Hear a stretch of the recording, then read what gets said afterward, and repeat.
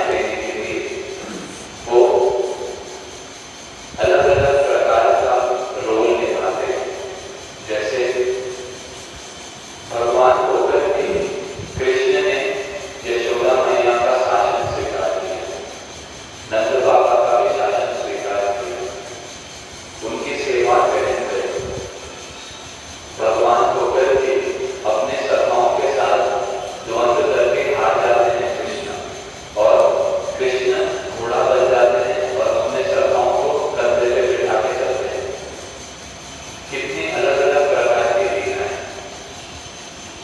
तो ऐसे ही बाहरी रूप से समझ नहीं आता कि भगवान इस प्रकार का कार्य कर सकते हैं। वो तो भगवान है, फिर वो किसी से हार भी सकते हैं। उनके कंधे से भी कोई चढ़ जाएगा, उनको कोई डांट देगा, उनकी कोई पिटाई भी लगा सकता है। बाहरी रूप से नहीं समझ आता, किंतु यही भगवान की विशेष लीलाएं हैं। वही राधा कृष्ण जब एक स्वरूप होकर चैतन्य महाप्रभु के रूप में आते हैं, तो वहां पर भी देखा जाता है कि चैतन्य महाप्रभु स्वयं भगवान होकर भी गुरु धारण कर रहे हैं।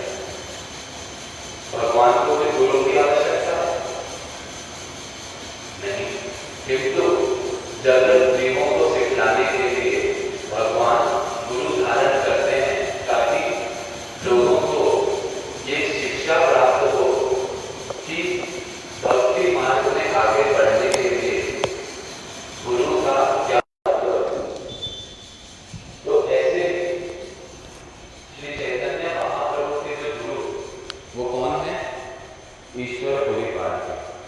और उन ईश्वर पुरीपाद जी के जो गुरु जी हैं वो है माधवेंद्र पुरीपाद जी। तो श्री माधवेंद्र पुरीपाद जी का ही आज शुभ आविर्भाव तिथि है। श्री चैतन्य महाप्रभु स्वयं भगवान है और माधवेंद्र पुरीपाद जी कौन है? उनके परम गुरुदेव, उनके गुरुदेव के भी गुरुदेव। इन सारे जो विशेष परिकर गण है, जो भगवान के बड़े ही श्रेष्ठ और निज भक्त है, इनके विषय में श्रवण करने मात्र से जीव का बहुत अधिक मंगल होता है।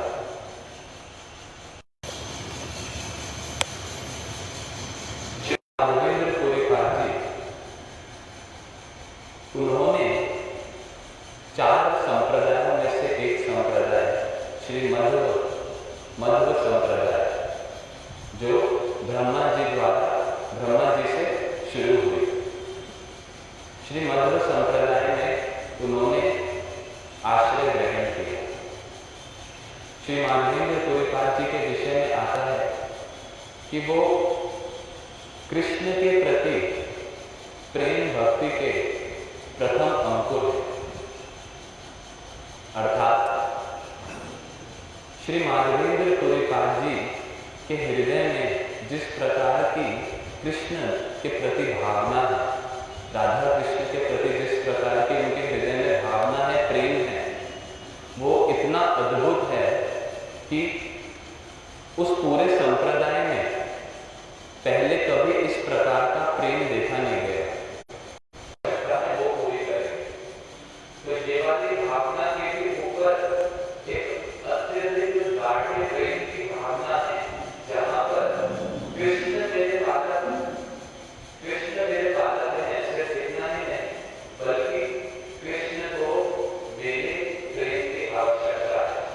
कृष्ण स्वयं भगवान होकर भी वो कैसे हैं? वो सखा है, वो मेरे पुत्र है, वो मेरे प्रियतम है। तो इस प्रकार की प्रेम की भावना कभी नहीं थी।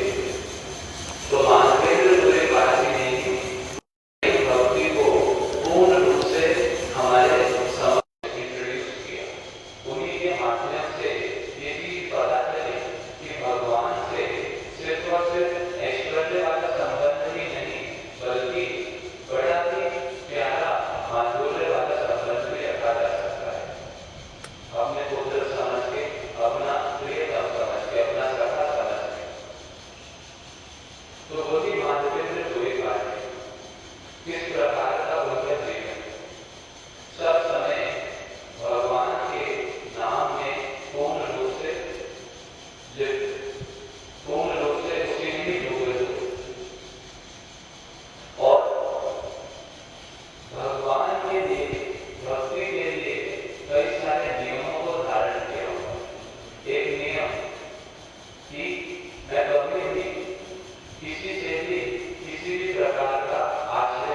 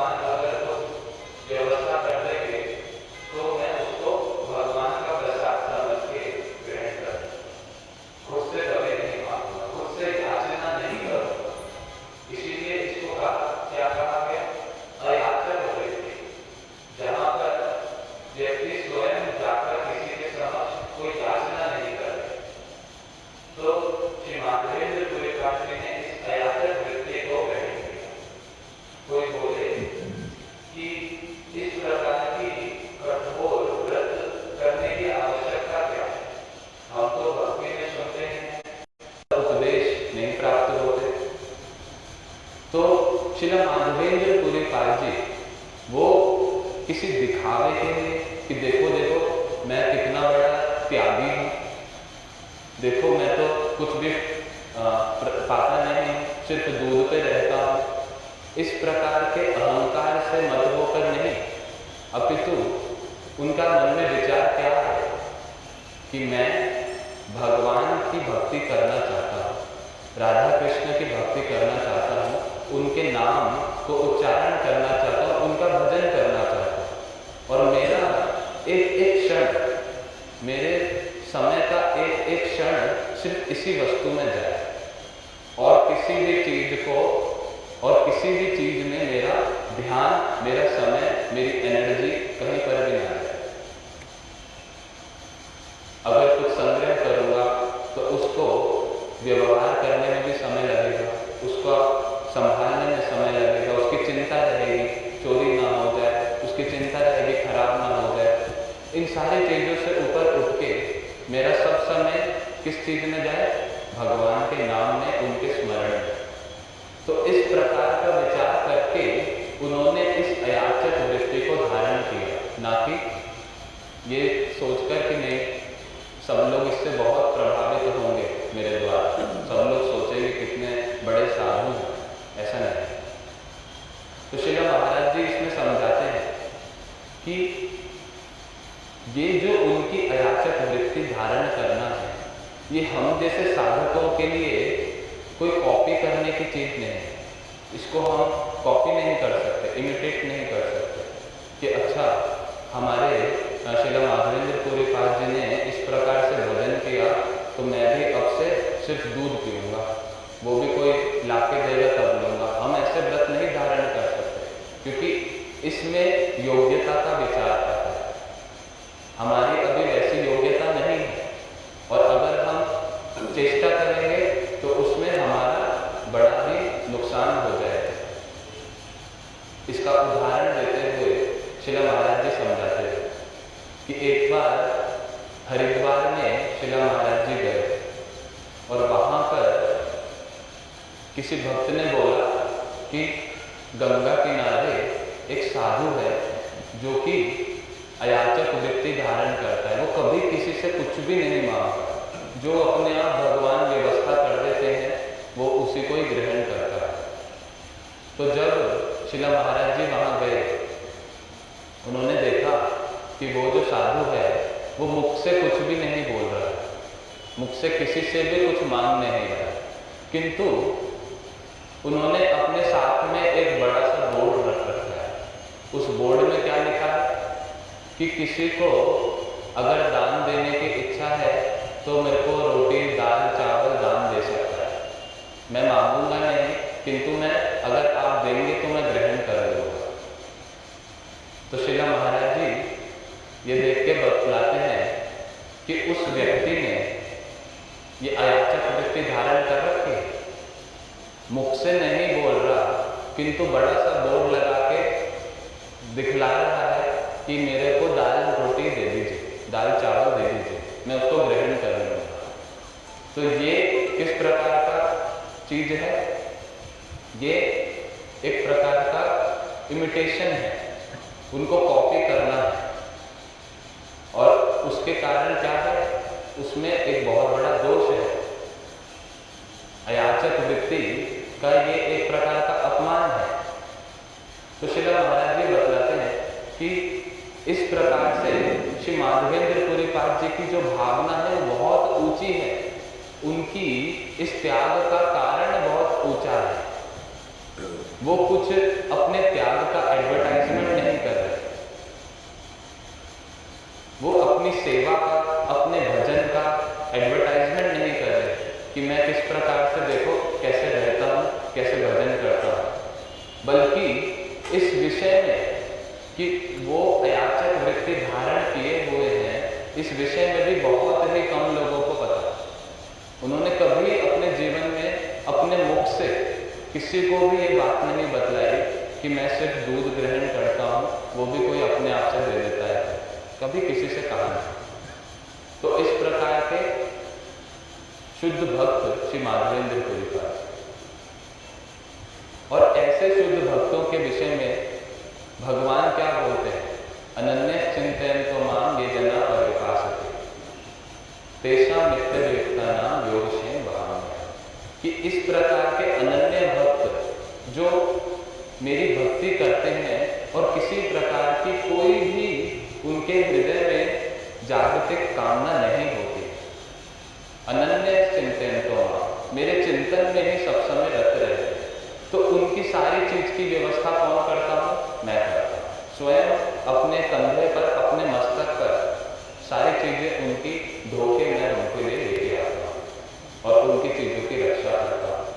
तो ऐसे ही एक दिन श्री माधवेंद्र पुरी पाद जी वो ब्रज में उपस्थित थे। तब उन्होंने सुबह से शाम हो गई, कुछ भी उन्होंने ग्रहण नहीं किया। उस दिन किसी ने भी उस प्रकार से कोई दूध नहीं मिला, उन्होंने मांगा भी नहीं।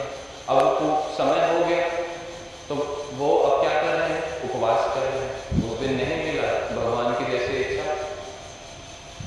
तो जैसे ही संध्या का समय आया तो एक छोटा सा बालक वो उनके पास उपस्थित हुआ और कहते हैं कि बाबा, आप सुबह से तो कुछ ग्रहण नहीं किए, ना ही आप भिक्षा करने के लिए गए किसी के पास।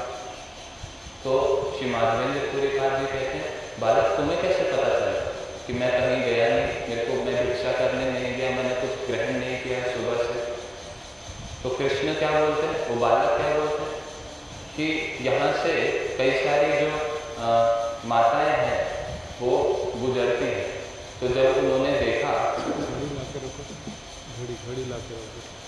तो उन्होंने देखा कि आप सुबह से यहाँ पर हैं और आपने कुछ ग्रहण नहीं किया। तो उन्होंने कहा कि मेरी माता ने एक हांडी में, एक छोटे से लोटे में आपके लिए दूध दिया, आप इसको ग्रहण कर लीजिए। तो माधवेंद्र पुरी पाद जी को वो देकर वहाँ से भाग गए। क्यों? क्योंकि श्री माधवेंद्र पुरी पाद जी कौन है? वो है शुद्ध भक्त, वो भगवान को बड़े ही प्रिय हैं। तो वो बालक सोच रहा है कि अगर मैं बहुत देर तक यहाँ पर रहा तो ये मुझे पहचान जाएंगे, तो इसलिए जल्दी से बहाना करके भाग गए। अब माधवेंद्र पुरी पाद जी ने जब उस दूध को ग्रहण किया तो कैसे उनके शरीर में अष्ट सात्विक विकार, भगवान के द्वारा पिलाया गया दूध, ऐसे उनके हृदय में प्रेम की भावना, पूरा शरीर रोमांच में अश्रुपात होने लगा। और ऐसे करते करते उनको निद्रा आ गई। स्वप्न में देखा कि वो ही बालक, वो कोई साधारण बालक नहीं, वो कौन थे? वो स्वयं भगवान कृष्ण थे। क्योंकि सब समय उनका भी चिंतन चल रहा, जब दूध भी पी रहे तो उनका चिंतन कर रहे कि वो बालक का सौंदर्य कितना अच्छा था, किस प्रकार का वो बालक था। बार बार उनकी छवि मस्तक से जाती नहीं। अब जब निद्रा प्राप्त हो गई तो स्वप्न में वही बालक आते हैं और क्या कहते हैं कि हे माधवेंद्र पुरी, मैं आपकी प्रतीक्षा कर रहा था। मेरा एक विग्रह गोपाल, वो यहीं पर ही गोविंद कुंड के पास में झाड़ियों के पीछे अंदर की तरफ कहीं पे दबा हुआ है। क्योंकि मेरे को स्थापित किया था कृष्ण के पड़पौत्र वज्रनाथ जी ने, और फिर मुसलमानों के भय से जो पुजारी गण थे उन्होंने मेरे को यहाँ झाड़ियों के पीछे छुपा दिया। अब मैं कई समय से यहाँ पर कई सारे कष्टों को झेल रहा हूँ, सर्दी, बरसात, गर्मी, मेरे शरीर में बहुत ज़्यादा ताप हो चुका है, मेरे को बड़ा कष्ट हो रहा है यहाँ पर। तुम्हारे लिए मैं प्रतीक्षा कर रहा था कि कब माधव आशीर्य करेंगे सेवन, कि कब माधव आएंगे और मेरी सेवा करेंगे। आज तुम यहाँ उपस्थित हुए हो तो तुम मेरे को यहाँ से बाहर निकालो। तो श्रील महाराज जी बतलाते हैं कि स्वयं भगवान प्रतीक्षा कर रहे हैं माधवेंद्र पुरीपाद जी की, कब वो आएंगे और मैं उनसे सेवा ग्रहण करूंगा। भगवान जो सर्वशक्तिशाली है वो कैसे हो गए? पूर्ण रूप से बलहीन हो गए और श्री माधवेंद्र पुरीपाद जी की प्रेममयी सेवा को ग्रहण करने के लिए आतुर हो रहे हैं। और उसके पश्चात क्या? श्री माधवेंद्र पुरीपाद जी ने अपना व्रत तोड़ दिया। कौन सा व्रत? कि मैं कभी किसी से कुछ मांगूंगा नहीं। अब सारे ब्रजवासियों के पास जा जाकर उनका दरवाजा खटखटा रहे हैं और उनसे भिक्षा कर रहे हैं कि आप मेरे साथ चलिए। और इस प्रकार से भगवान का गोपाल जी का विग्रह है, गोविंद कुंड के निकट यहाँ पर है। हम उनको वहाँ से बाहर निकालेंगे और उनकी सेवा के लिए जो भी चीज़ें आवश्यक हैं उनकी हम व्यवस्था करेंगे। तो जो भक्त है उनके लिए अपना वैराग्य भगवान की सेवा से ऊंचा नहीं होता। श्री माधवेंद्र पुरीपाद जी ने अपना जीवन भर का जो उनका व्रत था वो एक क्षण में ही उसको तोड़ दिया। किस लिए? सिर्फ और सिर्फ भगवान की सेवा करी। तो इस प्रकार श्री माधवेंद्र पुरीपाद जी के साथ गोपाल देव स्वयं भगवान किस प्रकार से आदान प्रदान करते हैं। उनसे कोई भी चीज चाहिए होती है तो उनसे मांगते हैं बिना किसी संकोच के। और श्री माधवेंद्र पुरीपाद जी कैसे? व्रत तोड़ के भी उन्होंने व्रत तोड़ा नहीं, अर्थात बड़े ही सुंदर रूप से ब्रजवासियों की सहायता के साथ उन्होंने नित्य प्रतिदिन अन्नकूट का महोत्सव किया। किनके लिए? श्री गोपाल देव जी के लिए, उनकी सेवा के लिए। कितने समय से ठाकुर जी कैसे कष्ट पा रहे थे और अब हमारे पास सुयोग है तो किस प्रकार से पूर्ण उत्साह के साथ उन्होंने सेवा करी। इतने सारे व्यंजन उपस्थित हो रहे हैं किंतु फिर भी माधवेंद्र पुरीपाद जी उन व्यंजनों का वो व्यवहार नहीं किया। अभी भी किस प्रकार से वो सिर्फ दूध पे ही, पहले भी जिस प्रकार से रहते थे अपना व्रत तोड़कर कि अब सबके पास जाके भिक्षा मांग रहे हैं गोपाल जी के लिए, किंतु अपने लिए अभी भी वो सिर्फ दूध ही ग्रहण कर रहे हैं। तो इस प्रकार श्री माधवेंद्र पुरीपाद जी के विषय में कई सारी और बातें हैं, समय संक्षेप है और भी तिथियों का हम कथा श्रवण करेंगे। तो बस इसी के साथ हम श्री माधवेंद्र पुरीपाद जी के चरण कमलों में दंडवत प्रणाम ज्ञापन करते हुए उनके ऐसे की कृपा की वांछा करते हैं। वांछा करते हुए कृपा सिंधु पतितानां पावनेभ्यो वैष्णवेभ्यो नमो नमः।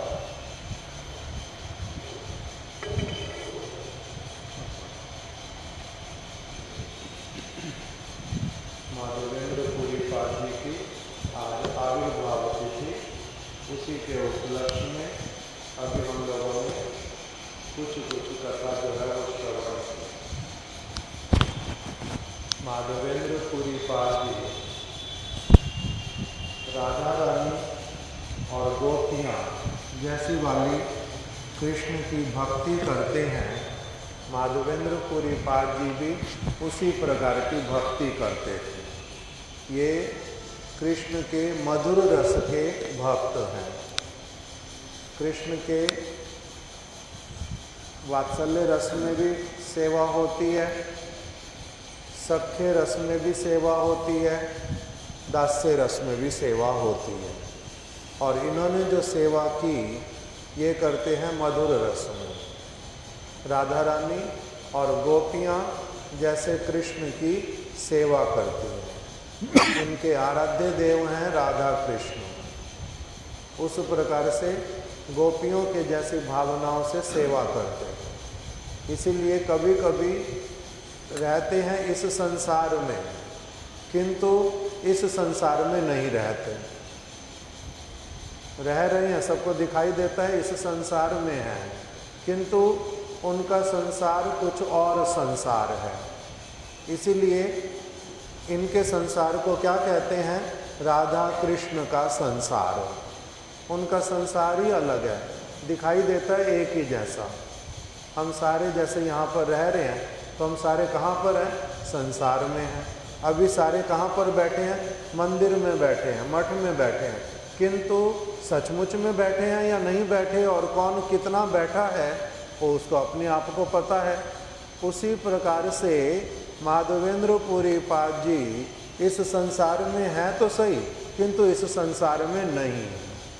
वो सब समय अपना राधा कृष्ण की चिंतन करने में, उनका नाम ग्रहण करने में, हमारे महाराज जी बोलते थे वो नाम कर रहे हैं, गोविंद कुंड के तट पर बैठे हैं, ब्रज में विचरण करते हैं, गोविंद कुंड के तट पर बैठे हैं, नाम कर रहे हैं। कैसे कर रहे हैं? बहुत ही धीमे धीमे स्वर में, हरे कृष्णा कृष्णा कृष्णा हरे हरे, धीमे धीमे स्वर में करते हैं। किंतु उनके धीमे स्वर में करने पर भी वो भगवान के कान में उनके वाला जो पुकारना है वो पड़ जाता है। हम लोग जोर जोर से भी पुकारते हैं, माइक के ऊपर भी पुकारते हैं, भगवान के कान में वो शब्द उस प्रकार से नहीं पहुंचते। किंतु माधवेंद्रपुरी पाद जी प्रेम से पुकारते हैं, उनके प्रेम के कारण भगवान के कान में उनका शब्द पहुंच जाता है। इसीलिए क्या होता है? महाराज जी बोलते थे, नाम विग्रह स्वरूप तीन एक रूप, तीने भेद नाई तीन चिदानंद स्वरूप। भगवान का नाम और स्वयं भगवान एक ही बात है। माधवेंद्रपुरी पाद जी नाम करते हैं, वो विग्रह की सेवा नहीं करते, किंतु वही नाम ही विग्रह के रूप में उनके पास आ गया। नाम ही जो है वो प्रकटित तो हो गया और उनको कहते हैं जी मेरी सेवा करो। कर तो रहे थे नाम, किंतु आ कौन गए? प्रकट कौन हो गए? विग्रह। कर रहे हैं हरे कृष्ण और दूध देने के लिए कौन आ गए? गोपाल। तो इसीलिए नाम विग्रह, भगवान का नाम, भगवान का विग्रह और स्वयं भगवान का स्वरूप, तीनों एक ही हैं। इसी बात को भी इनके जीवन में इनका प्रकाशित हुआ, प्रकटित हो गया सबके लिए। भगवान बात करते हैं, भगवान खाने के लिए देने आते हैं भक्तों को, भगवान अपने लिए चंदन मांगते हैं, भगवान अपने भक्त के लिए चोरी करते हैं, खीर की चोरी कर ली इनके लिए। तो इसीलिए जो लोग बोलते हैं विग्रह की बात को कि विग्रह बोलते नहीं, विग्रह चलते नहीं, विग्रह खाते नहीं, तो उनके सारी बात क्या हो जाती है? झूठी हो जाती है पूरी तरह से। क्यों? क्योंकि विग्रह इनसे बात करते हैं, विग्रह इनके पास में अपने आप से आते हैं, विग्रह चंदन मांगते हैं, चंदन ला करके दे दो। विग्रह जो है उनको भोग लगा, उन्होंने अपने भोग में से चोरी करके रख लिया कि मैंने ये माधवेंद्रपुरी पाद को देना है। तो इसलिए भगवान के विग्रहों की नित्यता, सत्यता, ये सारी भी इनके जीवन में प्रमाणित होती है। भगवद गीता में ऐसे ही भगवान तो नहीं बोल रहे कि पत्रम पुष्पम फलम तोयम यो में भक्त्या प्रयच्छति, मेरे को अगर कोई भक्ति पूर्वक मेरी सेवा की भावना से बड़े प्रेम के साथ में अगर मेरे को कोई कुछ देता है मैं अवश्य ही लेता हूँ, ऐसे ही थोड़ा ना बोल रहे हैं। तो ये माधवेंद्रपुरी जी इस प्रकार की भक्ति करते थे, भगवान इनके साथ में वार्तालाप करते हैं, इनके लिए दूध लेके आ जाते हैं, इनसे अपने लिए चंदन मांगते हैं, इनके लिए खीर चोरी कर देते हैं। ये इस प्रकार के भक्त हैं।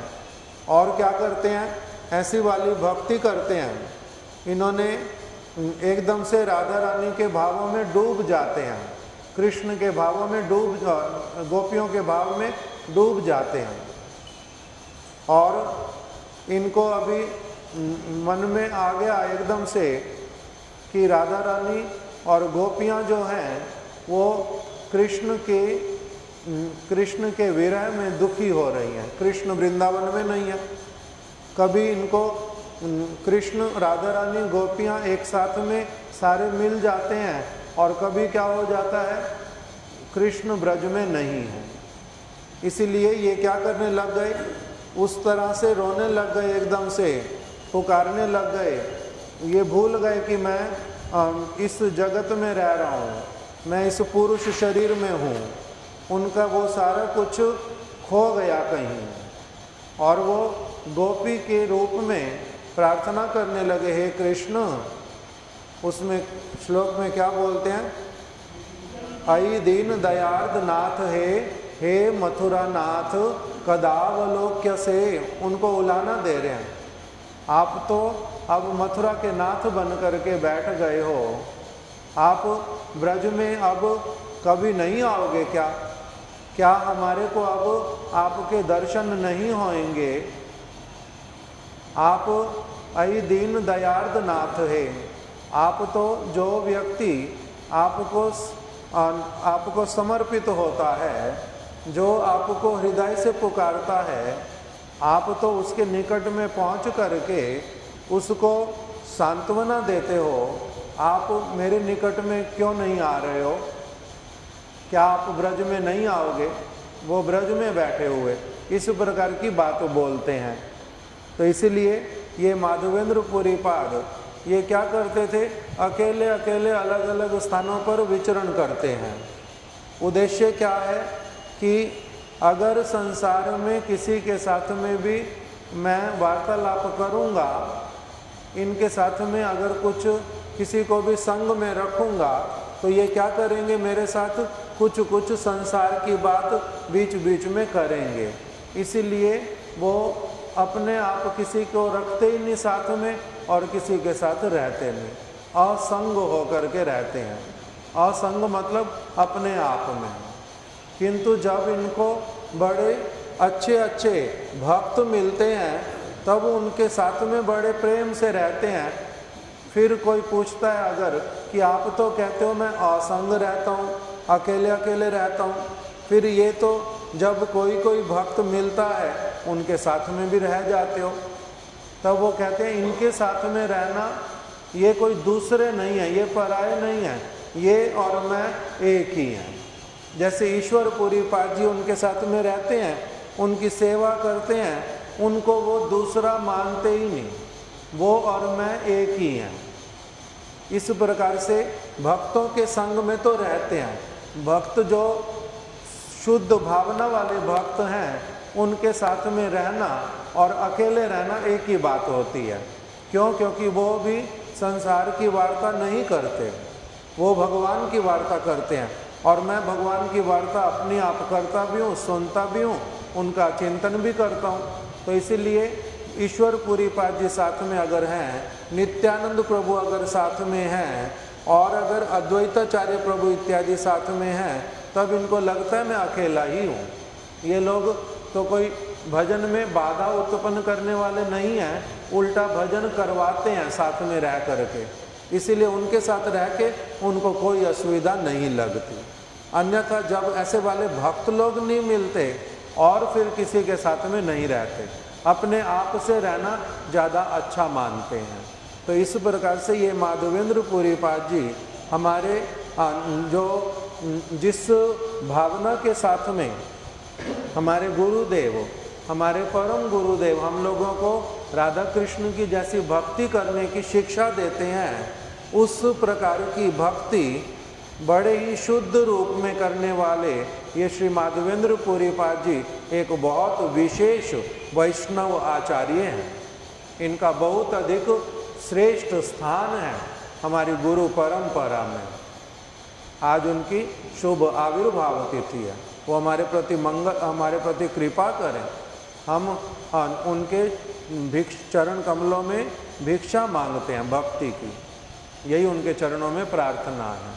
अभी दूसरा है श्रीनिवासाचार्य प्रभु, आज उनकी भी शुभ आविर्भाव तिथि है। उनके विषय में भी हम अभी कुछ बात थोड़ा सा उनके चरणों में पुष्पांजलि देंगे, उनकी महिमा को कुछ सुनेंगे।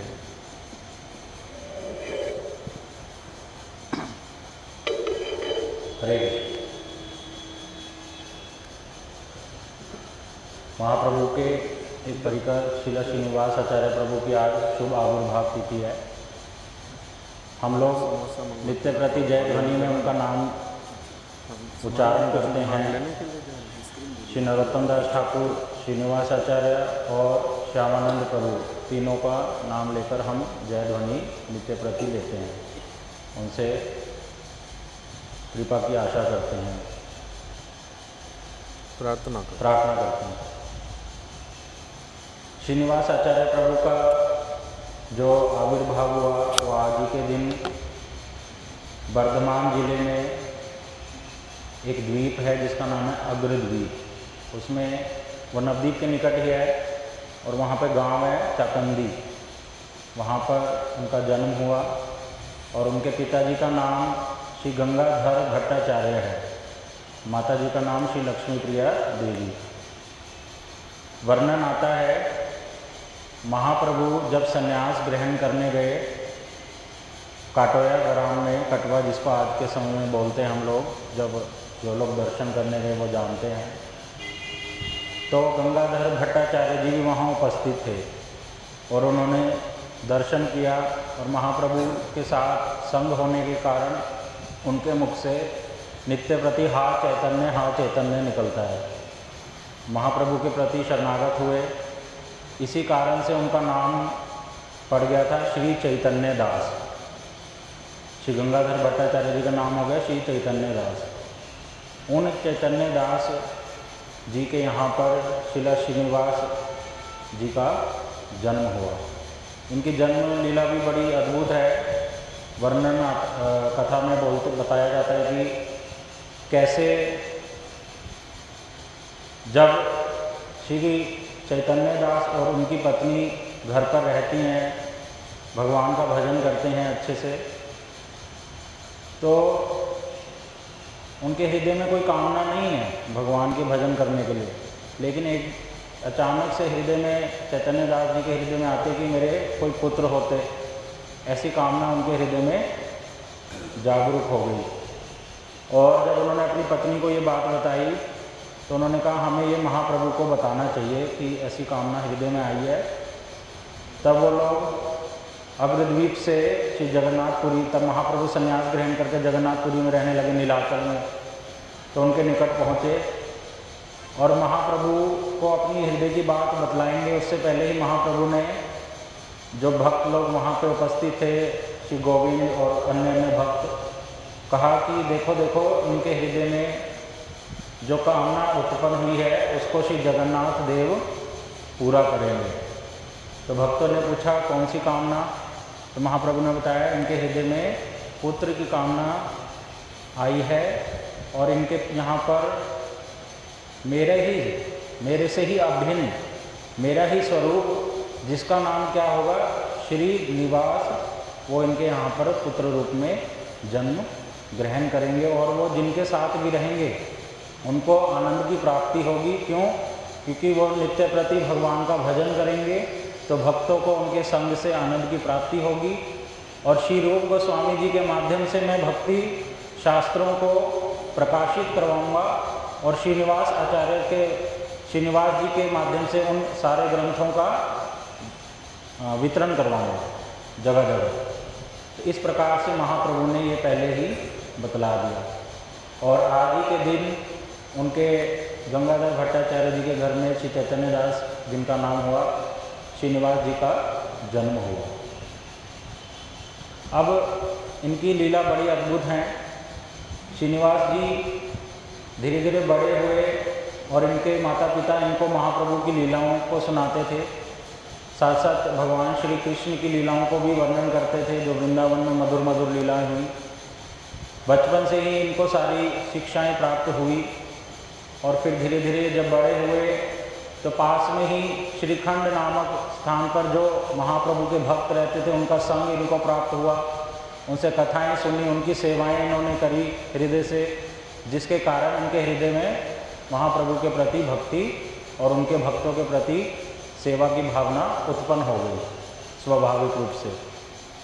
तब श्रीनिवास आचार्य जी की इच्छा हुई कि मैं महाप्रभु का दर्शन करने जाऊं। जब ये महाप्रभु का दर्शन करने के लिए जगन्नाथपुरी की ओर चल पड़े तो रास्ते में ही इनको संवाद मिला, महाप्रभु अप्रकट अंतर्ध्यान लीला महाप्रभु ने कर ली है और महाप्रभु का दर्शन अब इनको मिलेगा नहीं।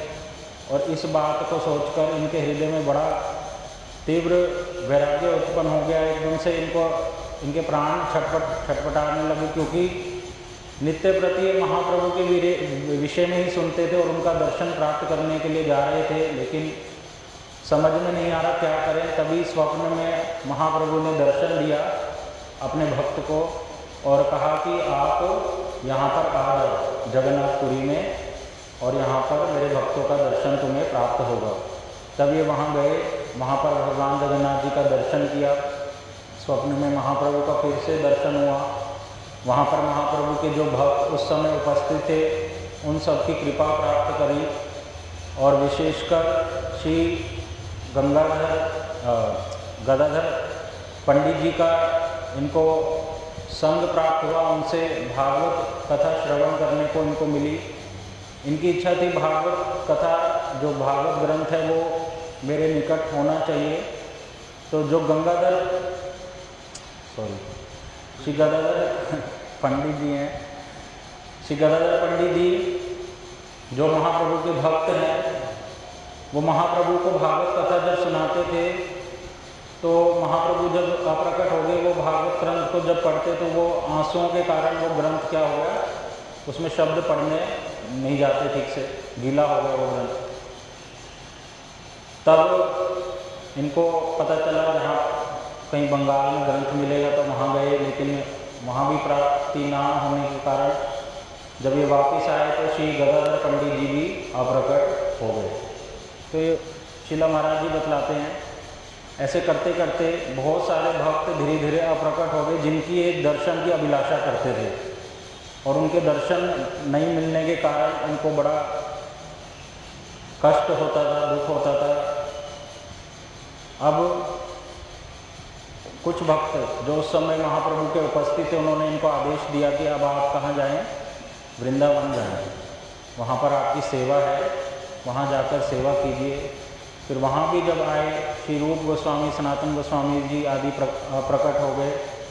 तब इनको श्री गोपाल भट्ट गोस्वामी जी का सानिध्य प्राप्त हुआ, और उनके अनुगत्य में इनको दीक्षा ग्रहण करने का सुअवसर प्राप्त हुआ। और श्री जीव गोस्वामी जी, हम सुनते हैं नित्यव्रती भक्त लोग, श्री जीव गोस्वामी जी के अनुगत्य में रहकर इन्होंने भक्ति शास्त्र ग्रंथों की, जो महाप्रभु जिनको भक्ति शास्त्र ग्रंथ कहते हैं, उनकी सारी शिक्षाओं को प्राप्त करने का जो सुयोग्य है वो श्री जीव गोस्वामी जी के अनुगत्य में मिला।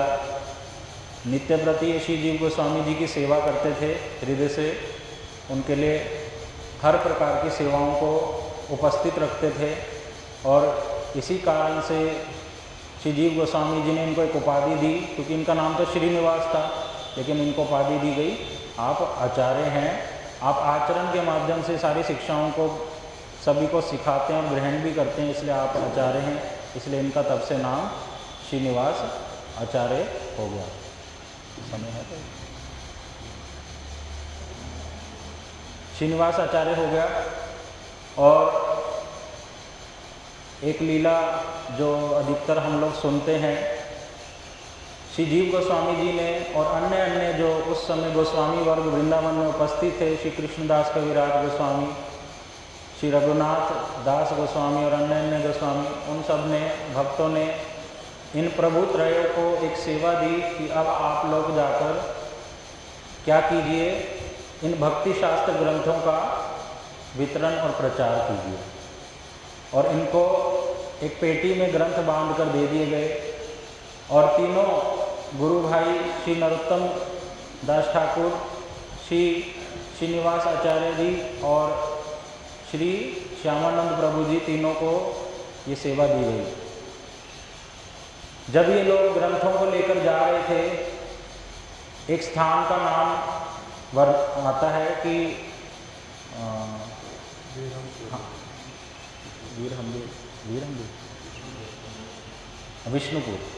विष्णुपुर नामक स्थान पर एक राजा थे वीरहंबीर नामक के, और ये कैसी सेवा करते थे ग्रंथों के प्रति, तीनों गुरुवर्ग। जब रात को सोने का समय है तो कोई ना कोई एक भक्त जागते थे ग्रंथों की रक्षा करने के लिए कि ग्रंथ हमारे इधर उधर ना हो जाए। जब ये उस राज्य में पहुँचे तो वो राजा हिंदू था और वहाँ पर कोई डर नहीं था इनको कि हमारे ग्रंथ चोरी हो जाएंगे। ये निसंकोच होकर तीनों ही सो गए। लेकिन राजा के राज्य में एक पंडित था जिसने उनको बताया कि आपके राज्य में एक बहुत अमूल्य धन आया है, इसलिए आप उसको चोरी करवा लो। इन्होंने चोरों को भेजकर उनके ग्रंथों को, बेटी को चोरी करवा लिया। और जब राजा ने खोलकर देखा तो देखा ये तो सारे ग्रंथ हैं, भागवत है, ये है वो है, अन्य ग्रंथ है, चैतन्य चरितामृत है। तो उन्होंने कहा ये तो आपकी भविष्यवाणी गलत हुई, आपने जो देखा था ये तो गलत बताया आपने। कह रहे नहीं, मैं तो ठीक से देखा जो पंडित जी बोले। और जब सुबह उठकर भक्तों ने देखा कि हमारी बेटी नहीं है, श्रीनिवास आचार्य जी और तीनों भक्त क्रंदन करने लगे, क्योंकि उनके गुरुजी ने उनको सेवा दी थी कि आप इन ग्रंथों की रक्षा करना। उस समय ग्रंथ ऐसे नहीं था जैसे हम आजकल प्रिंट कॉपी हो जाती है, इतना आसान नहीं था। हर एक ग्रंथ को लिखना पड़ता था दोबारा से अगर उसकी कॉपी बनानी है समय देकर। तो बहुत दुख हुआ हृदय में, क्योंकि इनके लिए जीवन वो ही प्राण स्वरूप हैं। मानो उनके प्राण ही इनके हाथों से छीन लिए और समझ नहीं आ रहा क्या करें, कुछ समझ ही नहीं आ रहा कैसे करें क्या करें। संवाद वृंदावन गया कि ऐसे ऐसे हो गया है। कृष्णदास कविराज जी सभी को बड़ा दुख हुआ कि ऐसे कैसे हो गया, क्या करें। फिर श्रीनिवास आचार्य जी ने थोड़ा धैर्य धारण कर दोनों गुरु भाइयों को बोला कि आप लोग प्रचार के लिए जाइए और जो कीर्तन कथा आप लोगों ने भक्तों से श्रवण किया उसको उसी के माध्यम से प्रचार कीजिए, मैं उन ग्रंथों को ढूंढने का प्रयास करूँगा। तब राजा के यहाँ पर राजा का एक नियम था, वो भागवत कथा सुनता था। श्रीनिवास आचार्य जी भी वहाँ जाने लगे और श्रीनिवास आचार्य जी जब भागवत ग्रंथ की कथाओं को सुनते थे तो क्रंदन करते जोर जोर से। जैसे शिवास पंडित जी के विषय में हम थोड़े दिन पहले सुन रहे थे, देवानंद पंडित की कथाओं को सुनकर, भागवत की कथाओं को सुनकर उनको भावना उत्पन्न होती। उनकी भावनाओं को देखकर राजा ने श्रीनिवास आचार्य जी से कहा कि आप क्रंदन क्यों करते हैं। तब उन्होंने बताया कि ऐसे ऐसे भागवत के विषय हैं। तब उन्होंने कहा कि मैं भी भागवत कथा जानता हूँ। तब उनके मुख से भी भागवत कथाओं को राजा ने सुना और सुनकर इतने आश्चर्यचकित हुए। जो उनकी टीकाएँ थी, जैसे हमारे गोस्वामी वर्गों की हैं, श्री विश्वनाथ चक्रवर्ती ठाकुर जी की हैं, जो भावना हमारे गौड़ीय गुरु वर्गों की हैं, वो जब सुनी राजा का हृदय परिवर्तित हो गया और उसके पूरे परिवार ने श्रीनिवास आचार्य जी को शरणागत हुए और उनसे दीक्षा ग्रहण करी। फिर एक दिन श्रीनिवास आचार्य जी जब भागवत कथा करते हुए क्रंदन कर रहे हैं तो राजा पूछता है कि गुरुजी आप के हृदय में कोई भाव है। तब वो कहते हैं कि मेरे गुरुजी ने मुझे सेवा दी थी ग्रंथों की और वो ग्रंथ मेरे चोरी हो गए आपके इस राज्य में जब मैं आया था। तब राजा बड़ा लज्जित हुआ और उसने वो पेटी लाकर अपने गुरुजी के निकट दी और तब श्रीनिवास आचार्य जी के जैसे प्राण वापस आ जाएं एक मृतदेह में, वैसे वाली उनकी दशा हो गई। वो इतने प्रसन्नचित हुए और क्रंदन करने लगे और तभी संवाद उन्होंने वृंदावन में भेज दिया कि हमें ग्रंथों की प्राप्ति हो गई है और उनके गुरुवर्ग बड़े प्रसन्न हुए। इस प्रकार से उनका जीवन चरित्र है। और भी अन्य अन्य लीलाएँ, उन्होंने ही षड गोस्वामी अष्टकम लिखा है जो हम बहुत सी तिथियों पर गाते हैं, कीर्तन करते हैं। उसमें श्रीनिवास आचार्य जी ने 6 गोस्वामी जो वृंदावन में रहकर किस भावना से वो भजन करते थे, कैसे वो रहते थे, उनका जीवन चरित्र क्या था, किस भावना, क्या भावना हृदय में रखकर राधा कृष्ण को पुकारते थे, वो सारी बातें श्रीनिवास आचार्य जी ने हम लोगों के लिए बड़ा आसानी रूप से प्रकट कर दिया। उन्होंने श्रीनिवास आचार्य जी ने भक्तों के अनुगत्य में नवदीप परिक्रमा भी करी और ब्रजमंडल में श्री राघव पंडित जी के अनुगत्य में ब्रजमंडल परिक्रमा करी। ऐसे बहुत सी लीलाएँ उनके जीवन चरित्र में है। आज उनकी शुभ आविर्भाव तिथि है। उनके श्री चरण कमलों में हमारा कोटि कोटि दंडवत प्रणाम। वांछा कल्पतरुभ्यश्च कृपा सिंधुभ्यश्च पतितनां पावनेभ्यो वैष्णवेभ्यो नमः। आज वृंदावन के राधा रमन जी का भी प्राकट्य दिवस है। विपिन प्रभु आकर के 10 मिनट उनके विषय में बोल।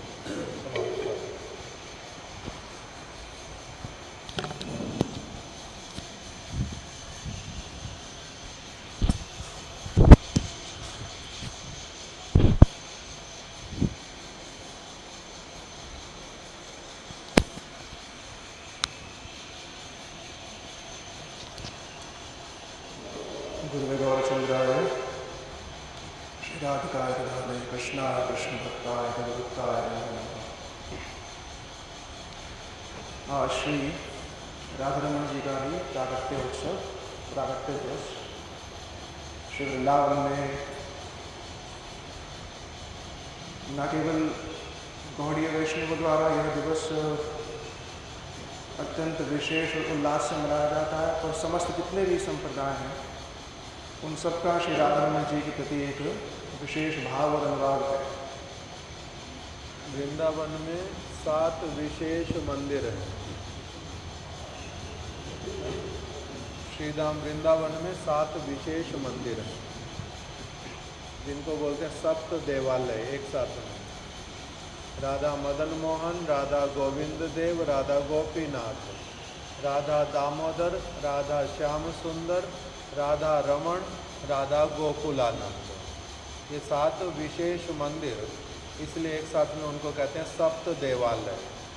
जो व्यक्ति वृंदावन जाए, सप्त देवालय में ना जाए तो कहते हैं इसका वृंदावन दर्शन हुआ थोड़ा ना है। इन सप्त देवालयों में से ही एक देवालय का नाम है, देवालय मतलब देवता, देव का, भगवान का घर, आलय। देवालय मतलब मंदिर। तो सप्त देवालय हैं, उसमें से राधा रमण जी एक विशेष मंदिर। उस राधा रमण मंदिर में जो भगवान का विग्रह है, उन्हीं का नाम राधा रमण। आज के दिन में, आज से लगभग 483 वर्ष पहले, 483 ईयर बिफोर, 483 वर्ष पहले ये राधा रमण जी जो हैं शालिग्राम शिला से प्रकटित हुए थे। और प्रत्येक वर्ष ही वृंदावन में बड़े आनंद के साथ में ये वाला महोत्सव सारे लोग मनाते हैं। उस मंदिर में बड़ा सुंदर रूप में अभिषेक होना और वहाँ पर बधाइयाँ गान करनी और सारे भक्तों का एक के बाद एक वहाँ पर जाकर के दर्शन करना आज के दिन में होता है। तो वही उन्हीं में से जो राधा रमण जी हैं, उनकी कथा हम लोग सुन रहे हैं। श्री महाप्रभु जी ने अपने पार्षद श्री रूप गोस्वामी, श्री सनातन गोस्वामी पाद को आज्ञा दी, आप श्री वृंदावन गए और 4 कार्य, 4 जो सेवाएं हैं उसको संपन्न करेंगे। लुप्त तीर्थों का उद्धार करना, क्योंकि 500 वर्ष पूर्व श्री वृंदावन का नाम था फकीराबाद। उसे नाम सारे परिवर्तित हो गए थे, तो वृंदावन का फकीराबाद श्री वृंदावन को कहते थे, क्योंकि जब वो कहते थे यहाँ पर केवल फकीर लोग रहते हैं, जिनका कोई नहीं है, वो बस यहाँ रहते हैं। कुछ ऐसे फकीरों का ये क्षेत्र है। श्री कृष्ण के जाने के बाद समस्त वृंदावन लुप्त हो गया। वृंदावन की रसकेली वार्ता इत्यादि सब लुप्त हो गई। महाप्रभु जी ने अपने पार्षदों को भेजा और श्री वृंदावन के लुप्त तीर्थों का उद्धार कराया। लुप्त तीर्थों का उद्धार कराने के साथ साथ महाप्रभु जी ने एक और विशेष आज्ञा दी कि श्री कृष्ण के विग्रहों को आप स्थापित करिए। श्री कृष्ण के प्रपौत्र श्री वज्रनाथ जी ने श्री कृष्ण के स्वधाम जाने के बाद मूलतः 3 विग्रहों की वृंदावन में स्थापना करी, श्री गोविंद, गोपीनाथ और मदन मोहन। श्री मदन मोहन जी श्री सनातन गोस्वामी पाद के सेवित विग्रह, श्री गोविंद देव श्री रूप गोस्वामी पाद के सेवित विग्रह और श्री गोपीनाथ जी श्री मधु पंडित गोस्वामी पाद के सेवित विग्रह। प्राय ये तीनों के तीनों विग्रह की सेवा श्री गोपाल भट्ट गोस्वामी पाद किया करते थे, जिनके निकट श्री राधा रमण जी प्रकट हुए। इन तीनों विग्रहों की सेवा वह समय समय पर किया करते थे। श्री गोपाल भट्ट गोस्वामी पाद के जीवन चरित्र को केवल संक्षेप में स्पर्श करते ही श्री राधा रमण जी के प्रागट्य को कहकर के शेष करेंगे। श्रीमद् महाप्रभु जी ने जब दक्षिण भारत की यात्रा करी तो 4 मास के लिए श्रीमद् महाप्रभु जी कहाँ गए? श्रीरंगम क्षेत्र। रंगम क्षेत्र में पहुँच करके महाप्रभु जी के भावों को देख करके श्री गोपाल भट्ट गोस्वामी जी के पिताजी श्री वेंकट भट्ट गोस्वामी, उन्होंने देखा कि यह कोई सामान्य साधु नहीं है। जिस प्रकार के भाव महाप्रभु ने श्री रंगनाथ जी को देख करके प्रकट किए, उससे वह समझ गए। क्यों? क्योंकि वेंकट भट्ट जी स्वयं श्री संप्रदाय, जो श्री रामानंद संप्रदाय है, उसमें स्वयं दीक्षित हैं और भागवत में जो भाव वर्णित है उन सब भावों से संपूर्ण रूप से परिचित है। तो समझ गए कोई सामान्य जन नहीं है। उनको अपने घर पे निमंत्रण दिया। श्रीमद् महाप्रभु जी उनके घर के बिल्कुल पास में ही 4 मास तक वहाँ रहे। अनेक ब्राह्मणों का निमंत्रण उन्होंने स्वीकारा। 5 वर्ष के श्री गोपाल भट्ट गोस्वामी जी को श्रीमद् महाप्रभु जी की सेवा करने का अवसर प्राप्त हुआ। महाप्रभु जी जब कावेरी में स्नान करने जाते तो श्री गोपाल भट्ट गोस्वामी जी उनके साथ जाया करते।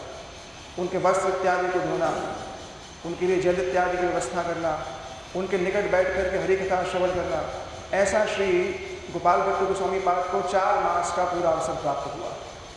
4 महीने जब महाप्रभु श्री रंगम क्षेत्र में रहे, जब जाने लगे तो श्री गोपाल भट्ट गोस्वामी 5 वर्ष के हैं, पर महाप्रभु से ऐसा आंतरिक संबंध हो गया कि जाते समय ही गोपाल भट्ट गोस्वामी मूर्छित हो गए। श्री वेंकट भट्ट जी ने कहा, ये बालक आपसे बड़ा आसक्त हो गया है। क्यों? क्योंकि उनके नित्य परिकर है। महाप्रभु जी महाप्रभु जी का दक्षिण भारत में जाने का एक मूल कारण भी यही था कि वो अपने प्रिय परिकर श्री गोपाल भट्ट गोस्वामी जी के साथ मिलन करना चाहते थे। उनके साथ पुनः संबंध स्थापित करके उनको एक विशेष कार्य जो भविष्य में देना है उसका आधार प्रस्तुत करना चाहते थे। गोपाल भट्ट गोस्वामी मूर्छित हुए। श्री वेंकट भट्ट जी ने कहा कि कुछ दिन प्रभु और रह जाइए, ये बालक आपके विरह में जी नहीं पाएगा। महाप्रभु ने उनकी बात को माना, कुछ दिन और रहे और श्री गोपाल भट्ट गोस्वामी जी को आज्ञा दी कि अभी आप अपने माता पिता की सेवा करें। माता पिता कौन है? वैष्णव है, शुद्ध वैष्णव है, उनकी सेवा करिए। उसके पश्चात जब ये भगवत धाम में चले जाएं, लीला अपनी समाप्त कर दें, उसके पश्चात आप श्री वृंदावन जो है चले जाएं। श्री गोपाल भट्ट गोस्वामी पाद ने अपने बाल्यकाल में ही अपने पितृव्य, जिनका नाम श्री प्रबोधानंद सरस्वती पाद है, उन प्रबोधानंद सरस्वती पाद जी जो कि सन्यासी हैं, उनसे समस्त शास्त्रों को सीखा। समस्त वेद इत्यादि का, समस्त व्याकरण इत्यादि का उन्होंने, सब शास्त्रों को उन्होंने भली भांति समझा और फिर महाप्रभु जी की आज्ञा का पालन करने के लिए वह श्री वृंदावन आए। अब जब वृंदावन आए हैं तो उनके निकट कोई एक व्यक्ति आया जो वस्त्र लेकर के कहा जा रहा था, श्री बद्रीनाथ जी के लिए ही वस्त्र लेकर के जा रहा था। स्वप्न में आया, उस व्यक्ति को स्वप्न दिया कि आप ये वस्त्र क्या करिए, श्री गोपाल भट्ट गोस्वामी जी को दे दीजिए। गोपाल भट्ट गोस्वामी जी उस समय जो थे 12 शालिग्राम का पूजन करते थे। वो 12 शालिग्राम उन्होंने कहाँ से प्राप्त किए थे? वो 12 शालिग्राम प्राप्त किए थे श्री गंडकी नदी से, और उसमें भी दामोदर शिला जिससे राधारमण जी का प्राकट्य हुआ। तो उन 12 शालिग्रामों का पूजन करते थे। वह व्यक्ति वस्त्र त्याग लेकर के आया। श्री गोपाल भट्ट गोस्वामी पाद के हृदय में यह भाव उदित हुआ, क्योंकि वो प्राय ही श्री गोविंद गोपीनाथ मदन मोहन की सेवा करते थे। उनके हृदय में यह भाव उदित हुआ कि ये वस्त्र तो आए हैं, हमारा भी एक विग्रह है। विग्रह तो सभी एक ही हैं, भगवान के विग्रहों में भेद नहीं है, भगवत विग्रहों में भेद नहीं करना चाहिए, पर फिर भी भक्त की भावना के अनुसार भगवान जो है स्वरूप धारण करते हैं। भगवान के विग्रहों में भेद नहीं होता है, पर फिर भी भक्त की भावना के अनुसार, जैसे श्री माधवेंद्र पुरी पाद की भावना के अनुसार श्री गोपाल देव जो गोवर्धन से प्रकट हुए, उसी प्रकार से श्री गोपाल भट्ट गोस्वामी पाद की हृदय की जो भावना है, हृदय का उनका जो विरह है, वह जो जब अपनी तीव्र अवस्था को प्राप्त हुआ तो जिन 12 शालिग्रामों की सेवा करते थे, उन्हीं 12 शालिग्राम को रात्रि में श्री राधारमण घेरा में आप जाइए, श्री गोपाल भट्ट गोस्वामी जी की समाधि के बिल्कुल साथ में जो वृक्ष है, उसी वृक्ष पर ही उन 12 शालिग्रामों को टांग दे, सेवा करके उनको सुला देते। रात्रि में उन सबको विश्राम कराने के पश्चात अगले दिन, नरसिंह चतुर्दशी के अगले दिन, माने आज के दिन ही, जब वह यमुना जी स्नान करने के लिए गए, यमुना जी स्नान करके वापस आए तो क्या देखा, उन 12 शालिग्रामों में से 12 शालिग्राम में से एक शालिग्राम का आकार जो है बहुत बड़ा लग रहा है। तो जो ही कपड़ा हटा करके देखा तो उन 12 शालिग्रामों में से एक शालिग्राम से श्री राधारमण लाल का अभूतपूर्व त्रिभंग ललित स्वरूप जो है स्वतः ही प्रकाशित हुआ। इसलिए उनको स्वयंभू विग्रह कहते हैं। स्वयंभू माने किसी ने उनका निर्माण नहीं किया है, जो विग्रह आचार्य पाठ द्वारा सेवित हो गए, जो विग्रह शुद्ध भक्त द्वारा सेवित हो गए, उनमें वो स्वयंभू विग्रह में किसी प्रकार का भेद नहीं रह जाता है। तो यह स्वयंभू विग्रह हुए। जो ही श्री गोपाल भट्ट गोस्वामी पाद ने उनके उस स्वरूप को देखा, स्वरूप को देखने के पश्चात श्री रूप गोस्वामी, सनातन गोस्वामी सबके निकट ये समाचार पहुंचाया कि विग्रह से श्री भगवान जो है प्रकटे हैं। सब जन वहाँ पर आकर के बड़े आह्लादित हुए। सबने श्री गोपाल भट्ट गोस्वामी पाद को, श्री सनातन गोस्वामी पाद ने, श्री रूप गोस्वामी पाद ने विशेष आलिंगन किया और कहा ये ऐसा अद्भुत विग्रह आपका प्रेम ही मूर्तिमान स्वरूप में जो है सामने प्रकट हुआ है। आपके हृदय का जो भाव है वही ही सामने प्रकट हुआ है। तो श्री राधारमण अष्टकम, एक अष्टकम लिखा है, उस अष्टकम के अंदर कहा गया है कि भक्तया श्री गोपाल भट्टस्य जनद दामोदर रश्मन तम श्री राधा रमणम मंदे सानस घनमेचकम। राधा रमण कैसे बोले नवीन मेघ होना, कृष्ण का वर्ण कैसा, नवीन मेघ के समान, नवीन मेघ के समान श्री कृष्ण का वर्ण है। ऐसे नवीन मेघ के समान श्री कृष्ण जो अब राधा रमण देव के रूप में प्रस्तुत हुए हैं, उसका मूल क्या था? कह रहे भक्त्या श्री गोपाल भट्ट से, श्री गोपाल भट्ट गोस्वामी पाद की भावना वही ही श्री राधा रमण जी के रूप में दामोदर शिला से जो है वहाँ पर प्रकटित हुई। और तीन विग्रहों का एक ही साथ मिलन, श्री गोविंद गोपीनाथ मदन मोहन का एकत्व मिलन जो है कहा जाता है, क्योंकि तीनों की ही प्राय सेवा किया करते थे। श्री गोपाल भट्ट गोस्वामी इस अष्टकम के भीतर जो बताया गया कि कह रहे बिभ्राम वदनाम भोजे, बिभ्राम वदनाम भोजे, कि जिनका मुख कैसा है? गोविंद चरण दुते, गोविंद लपयन दुते। जिनका मुख कैसा है?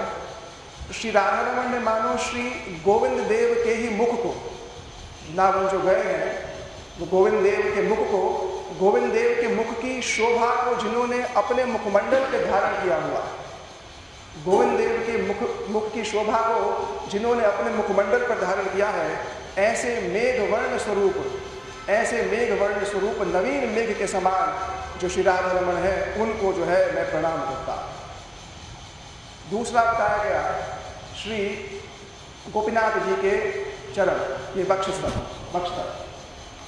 कह रहे गोपीनाथ उर्सा स्व उर्स दत्तम प्रभो, जिन्होंने श्री गोपीनाथ जी के वक्षस्थल की शोभा को अपने वक्षस्थल की शोभा बनाया। गोपीनाथ जी का विशाल वक्षस्थल, हमारे श्री विश्वनाथ चक्रवर्ती पाद ने श्री गोपीनाथ अष्टकम में बड़ी सुंदर बात कही है कि गोपीनाथ पिन वक्ष मत, कि वो गोपीनाथ का वक्षस्थल मेरा आश्रय स्थल बन जाए, वो गोपीनाथ जी का विशाल वक्षस्थल मेरा आश्रय बन जाए। ऐसे ही श्री राधा रमण जी ने श्री गोपीनाथ जी के वक्षस्थल की शोभा को अपने वक्षस्थल पे धारण किया हुआ है। फिर कह रहे हैं तीसरी बात श्री मदन गोपाल के चरण, कह रहे हैं कि पद मदन गोपाल से, जिन्होंने मदन गोपाल के चरणों की शोभा को दत्तम पदो अपने चरणों में जो है धारण किया है, ऐसे श्री मदन गोपाल जो, ऐसे श्री राधा रमण जो हैं, उनको जो है मैं पुनः पुनः प्रणाम करता हूँ। अंतिम में एक बात कही कि क्यों प्रकट हुए? बोले योग भुवि प्रादुर्भक्त नृण दर्शन उत्सुका, उनको देखने के लिए भक्तों के नेत्रों में उत्सुकता थी, भगवान को देखने की, भगवान के इस विशेष स्वरूप को देखने की भक्तों के हृदय में उत्सुकता थी। वही उत्सुकता, वही विरह जब तीव्रता को प्राप्त हो जाता है, तब भगवान का जो स्वरूप है वह सामने जो है स्वतः ही प्रकट हो जाता है।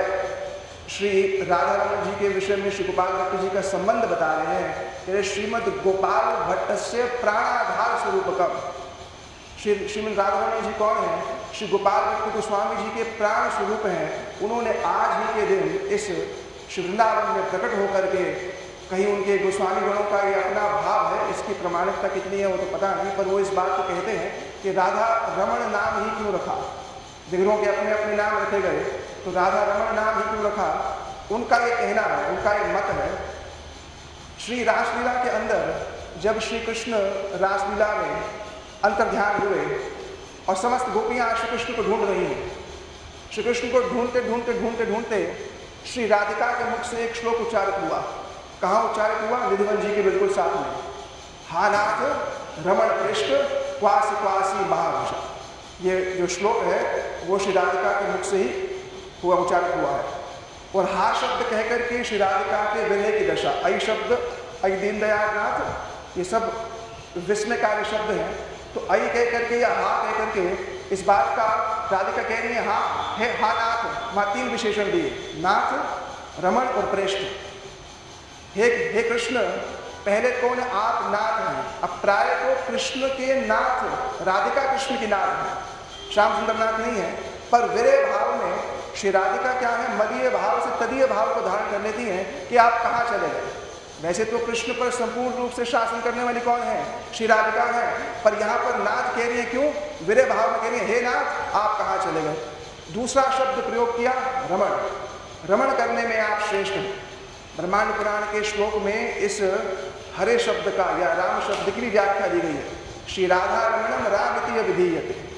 राम शब्द की व्याख्या दी गई है कि जो वो राम जो वृंदावन में राधा रमण के नाम से प्रसिद्ध हैं। इसलिए हम गौड़ीय वैष्णव जब हरे कृष्ण महामंत्र करते हैं तो राम शब्द से क्या लेते हैं? राधा रमण राम ही लेते हैं। तो वो राधा रमण, जो वो राम जो वृंदावन में राधा रमण के नाम से प्रसिद्ध हैं, श्री राधिका के साथ रमण करने से प्रसिद्ध हैं, ऐसे श्री राधा रमण। दूसरा उन विशेषण दिया। तीसरा दिया प्रेष्ठ। रमण करने में आप जो है प्रेष्ठ हैं। क्वासी क्वासी, आप कहाँ हैं, आप कहाँ हैं। ये श्लोक श्री राधिका के मुख से उसी ही स्थान पर बोला गया, ऐसा उनका प्राय कथन है। इसलिए ही जब श्री राधिका को विरह हुआ तो श्री कृष्ण रास में फिर पुनः प्रस्तुत हुए। श्री गोपाल भट्ट गोस्वामी जी को विरह हुआ तो वही श्री कृष्ण गोपाल भट्ट गोस्वामी जी के विरह को प्रशमित करने के लिए कहीं श्री राधा रमण लाल के रूप में, विग्रह के रूप में श्री वृंदावन में जो प्रकट हुए। आज उनका प्राकट्य दिवस है, जैसे प्रभु जी बता रहे, मंगलमय दिवस है। सुबह से लेकर वक्त 3-4 घंटे का बड़ा अभिषेक होता है। सारी पूजा विधि उनकी तो विशेष विधि है। और नित्य लीला वरिष्ठ भक्ति वेदांत स्वामी महाराज जी कहा करते थे कि विग्रह सेवा का एक सबसे उत्कृष्ट उदाहरण, विग्रह सेवा का एक सबसे उत्कृष्ट उदाहरण क्या है? वो श्री राधा रमण जी की सेवा है। तो यही उनके विषय में जो कुछ बात है। श्री राधा रमण की जय, श्री गोपाल भट्ट गोस्वामी जी की जय, श्री वृंदावन धाम की जय, जय श्रीला माधवेंद्र पुरी पाद की जय, जय श्रीनिवासाचार्य प्रभु की जय, उनकी शुभ आविर्भाव तिथि की जय। देखो पंजिका में जो जो लिखा है, आज क्या है? पूर्णिमा। दूसरा क्या है? श्री कृष्ण का सलिल विहार, मतलब कि आज के दिन में श्री कृष्ण जो हैं वो गोपियों के साथ में नौका में बैठ करके विहार करते हैं। इसीलिए आज का दिन इस कारण से भी विशेष है, श्री कृष्ण का सलिल विहार। जगन्नाथपुरी में आज के दिन में ही जो जगन्नाथ जी का विजय विग्रह, जगन्नाथ जी तो बहुत बड़े बड़े हैं, उनको केवल 1 या 2 बार इस साल में बाहर लेकर के आते हैं, स्नान यात्रा के दिन में, रथ यात्रा के दिन में। किंतु बाकी समय में उनके छोटे विग्रह हैं जगन्नाथ जी के, उनको बोलते हैं मदन मोहन विजय विग्रह। उन जगन्नाथपुरी में उन्हीं मदन मोहन देव को आज क्या करते हैं? सरोवर में, नरेंद्र सरोवर में लेकर चले जाते हैं और नौका में बिठाते हैं। पूरा नरेंद्र सरोवर में इधर से उधर घुमाते हैं बड़े आनंद के साथ में। बहुत सारे भक्त लोग उनको लेकर के पहले सरोवर में बार बार स्नान कराते हैं, डुबकियां लगवाते हैं, फिर निकाल के लाते हैं, फिर डुबकी लगवाते हैं। ऐसे करके वहाँ पर नौका विहार होता है। माधवेंद्र पुरी पाद जी का, श्रीनिवासाचार्य प्रभु का आविर्भाव और एक वैष्णव आचार्य शिला परमेश्वरी ठाकुर का भी आज तिरुभाव, उनके विषय में आज हम कथा नहीं कर पाए, उनको प्रणाम करते। श्रीधाम वृंदावन में राधा रमण जी की प्राकट्य तिथि, इस प्रकार से बहुत सारी अलग अलग बातें इसमें बतलाई। आज की तिथि को हमारा प्रणाम। तिथि पालन करने वाले समस्त भक्तों को भी प्रणाम। वांछा कल्पतरुभ्यश्च कृपा सिंधुभ्यैव च पतितानां पावनेभ्यो वैष्णवेभ्यो नमो नमः। प्रसाद ले आओ, प्रसाद सारा दो।